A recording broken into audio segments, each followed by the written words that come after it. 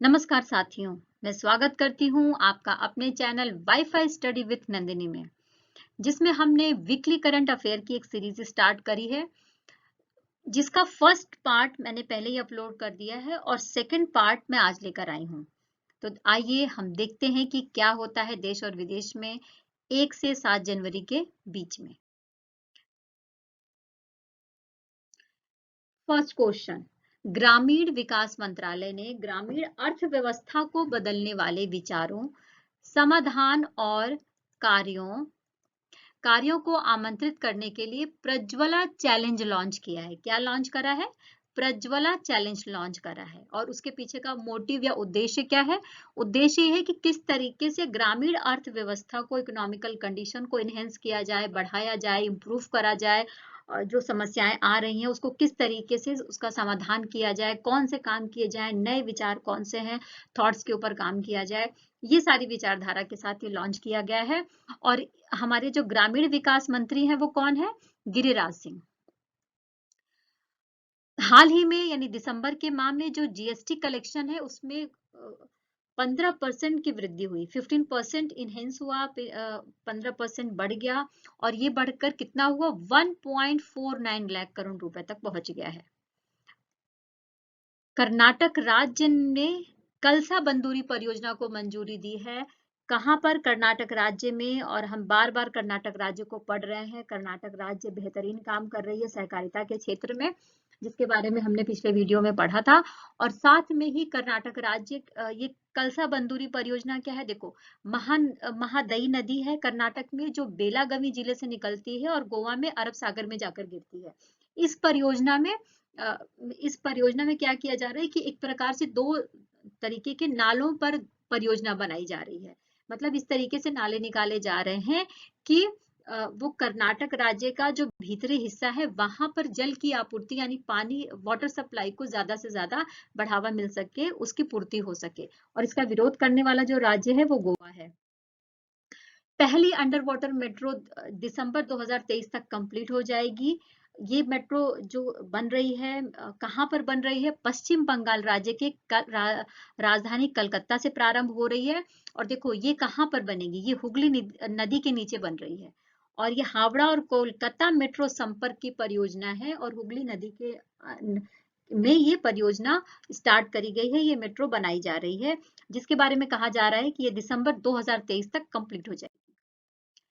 3 जनवरी से 7 जनवरी 2023 तक 108वीं भारतीय विज्ञान कांग्रेस का आयोजन किया गया। कहां पर? महाराष्ट्र के नागपुर में। महाराष्ट्र के नागपुर में किया गया और इसकी जो थीम थी वो थीम है महिला सशक्तिकरण के साथ में सतत विकास के लिए विज्ञान और प्रौद्योगिकी।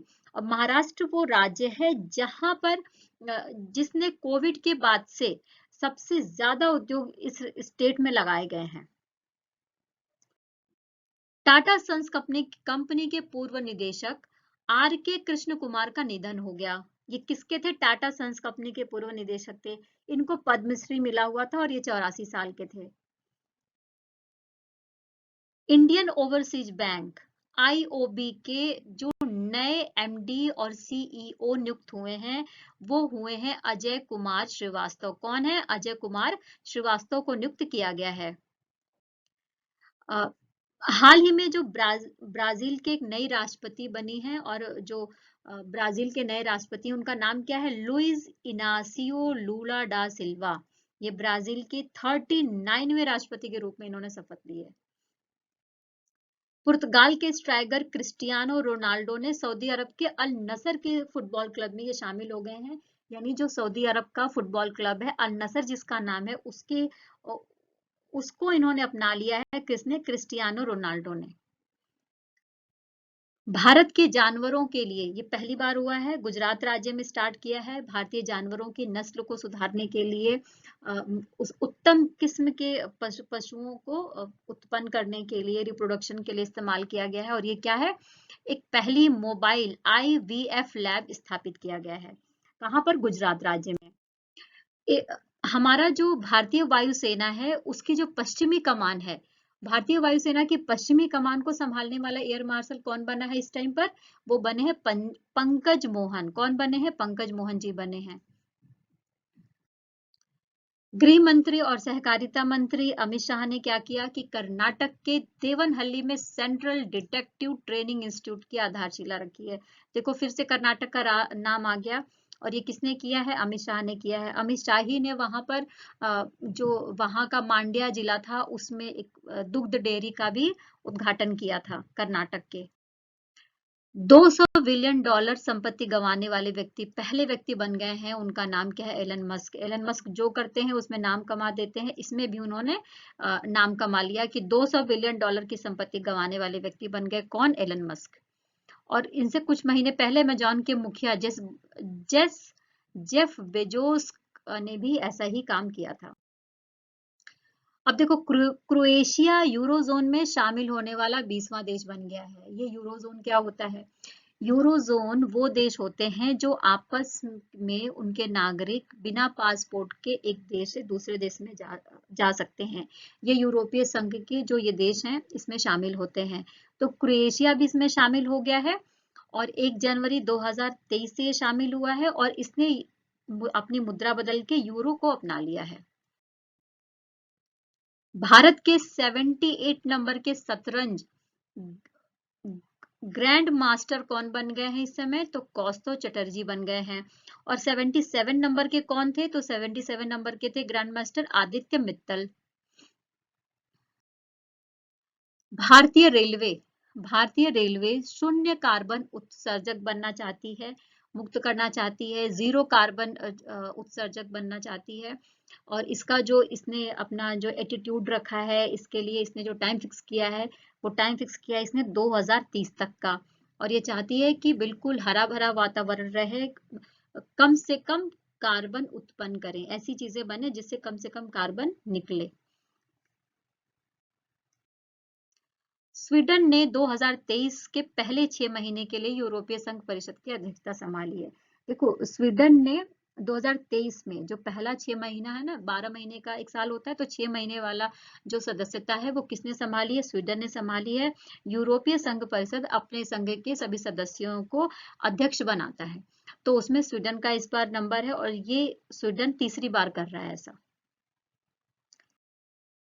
रक्षा अनुसंधान और विकास संगठन यानी डीआरडीओ ने 1 जनवरी 2023 को अपना स्थापना दिवस मनाया। कौन सा? 65वां स्थापना दिवस मनाया। अब ये इसकी जो स्थापना हुई थी वो 1958 में हुई थी और जिसका मुख्य उद्देश्य यानी इसका उद्देश्य क्या था इसकी स्थापना के पीछे? तो इसका उद्देश्य था कि जो रक्षा प्रणाली है भारत की उसको किस तरीके से मजबूत किया जाए, नई टेक्नोलॉजी नई तकनीक के साथ किस तरीके से भारत को आत्मनिर्भर बनाया जाए, इस उद्देश्य के साथ इसकी स्थापना करी गई थी 1958 में। सावित्रीबाई फुले की 182वीं जयंती मनाई गई है कब? 3 जनवरी 2023 को मनाई गई है इनकी ये जयंती। और ये देश की पहली महिला शिक्षिका थी और साथ में ही इन्होंने औरतों के या महिलाओं की लड़कियों की पढ़ाई के लिए बहुत कुछ काम किया था और इन्होंने ही पहला बालिका विद्यालय भी स्थापित किया था और ये पहली बालिका विद्यालय के प्रिंसिपल भी यही थी। जरूरतमंद बच्चों तथा निराश्रय महिलाओं की मदद के लिए जो हिमाचल गवर्नमेंट है, हिमाचल गवर्नमेंट ने राज्य सरकार द्वारा मुख्यमंत्री सुखाश्रय सहायता कोष लॉन्च किया है। किसने? हिमाचल गवर्नमेंट ने। और ये सुखाश्रय सहायता कोष में क्या किया जाएगा? इसमें जो विधायक है, जो मंत्री हैं, उनके जो फर्स्ट मंथ की जो सैलरी है वो अपनी सैलरी पूरी की पूरी दान करेंगे इस कोष में। अब देखो उड़ीसा ने क्या काम किया है? उड़ीसा राज्य देश का ऐसा पहला राज्य बन गया है जिसने 50 साल पुराने जो 50 साल जिन्होंने पूरे कर लिए हैं ऐसे 2 पहिया और 4 पहिया गाड़ियों का रजिस्ट्रेशन किया है। तो इस काम में जो उड़ीसा है वो फर्स्ट नंबर पे है।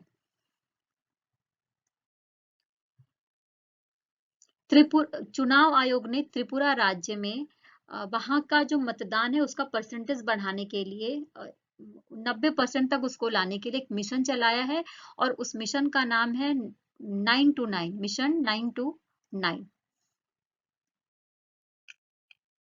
भारत में जो कॉफी का निर्यात है वो बढ़कर 4 लाख टन हो गया है। कितने लाख टन हो गया है? 4 लाख टन हो गया है। केरल राज्य में भारतीय पुस्तकालय कांग्रेस का उद्घाटन किया गया और ये उद्घाटन किसने किया? केरल के मुख्यमंत्री पिनाराई विजयन के द्वारा इसका उद्घाटन किया गया। और जब इसका उद्घाटन हो रहा था तो जो केरल के आसपास के जो पड़ोसी राज्य थे उनके भी सदस्य इसमें शामिल हुए थे। प्रसिद्ध गायिका कहाँ की? पश्चिम बंगाल की सुमित्रा सेन है, जिनकी उम्र थी 89 वर्ष और उनकी उनकी मृत्यु हो जाती है और उनकी मृत्यु 3 जनवरी 2023 को हो रही है। और ये इनको क्या हो गया था? इनको ब्रोंको निमोनिया हो गया था।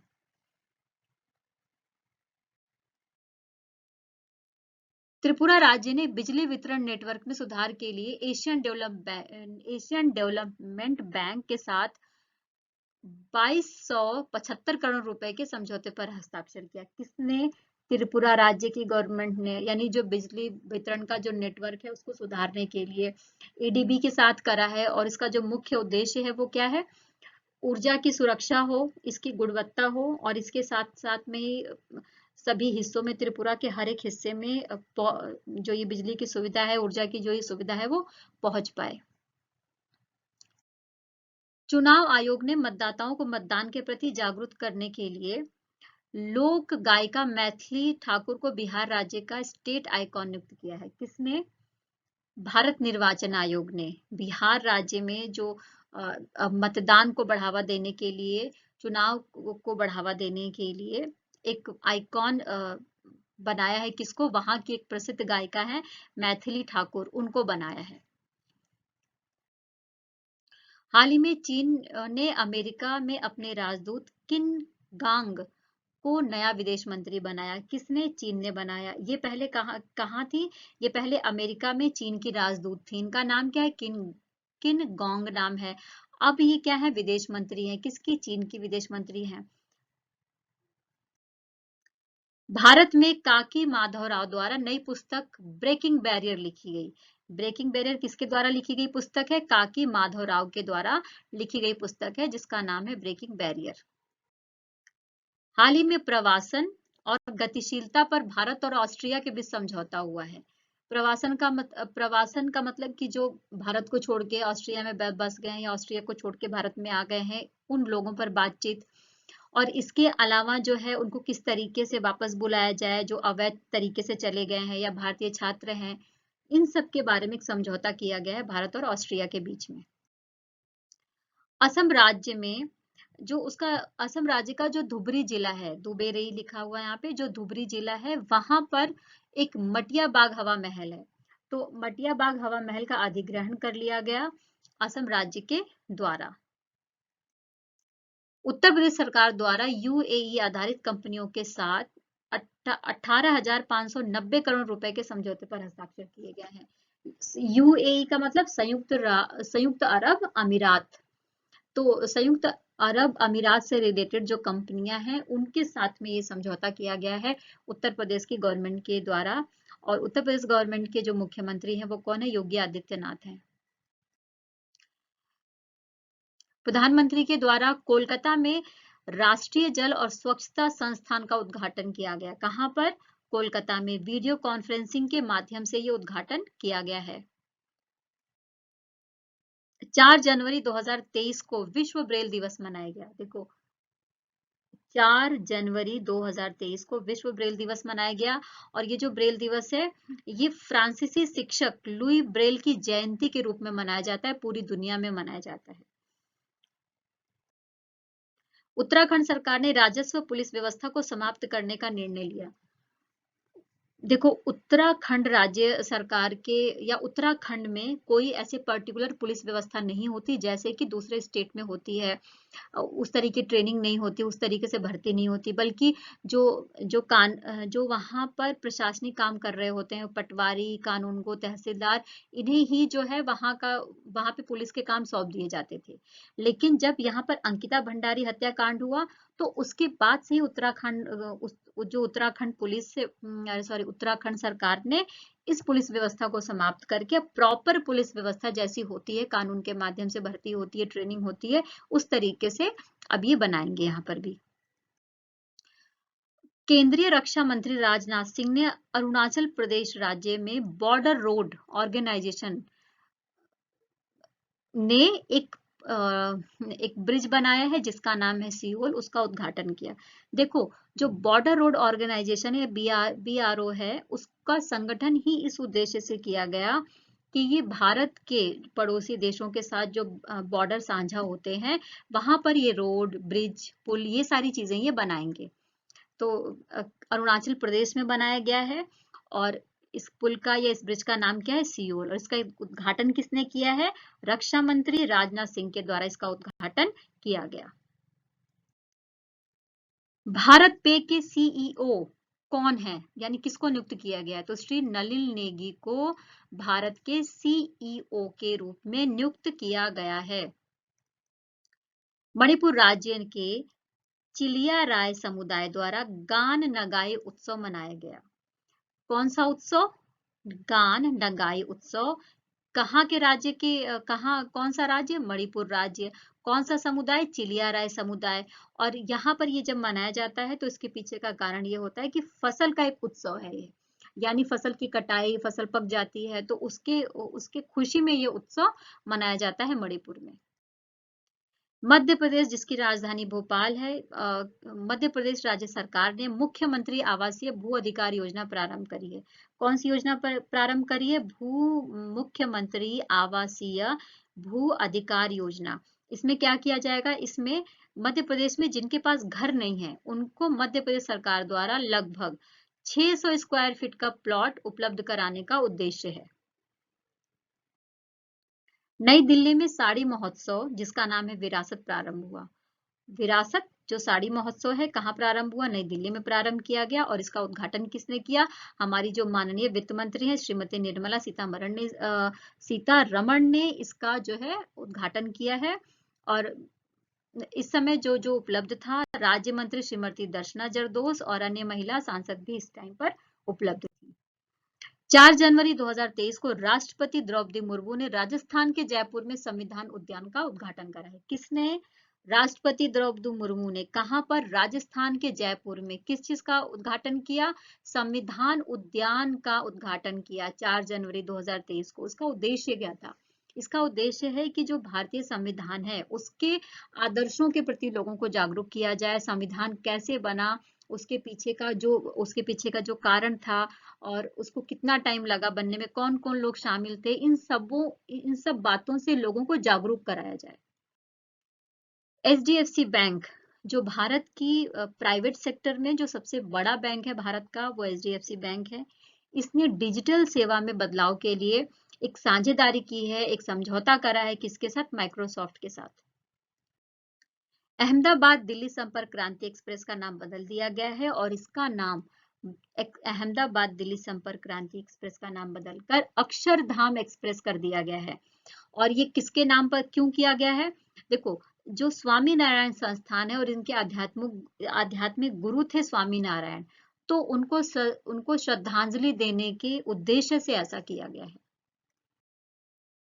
शिवा चौहान भारत के सियाचिन में तैनात होने वाली पहली महिला अधिकारी बनी है। कौन? शिवा चौहान भारत के सियाचिन वाले इलाके में तैनात हुई हैं, पहली महिला अधिकारी बनकर।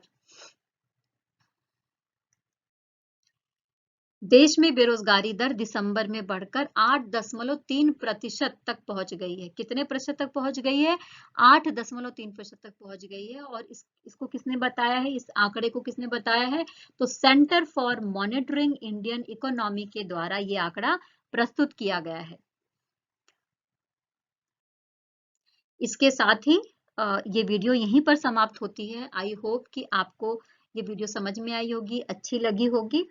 तो इसको लाइक करें, सब्सक्राइब करें, ज्यादा से ज्यादा लोगों तक शेयर करें। अगली वीडियो के साथ मैं मिलूंगी। नंदिनी सिंह, आपका बहुत बहुत धन्यवाद। Thank you.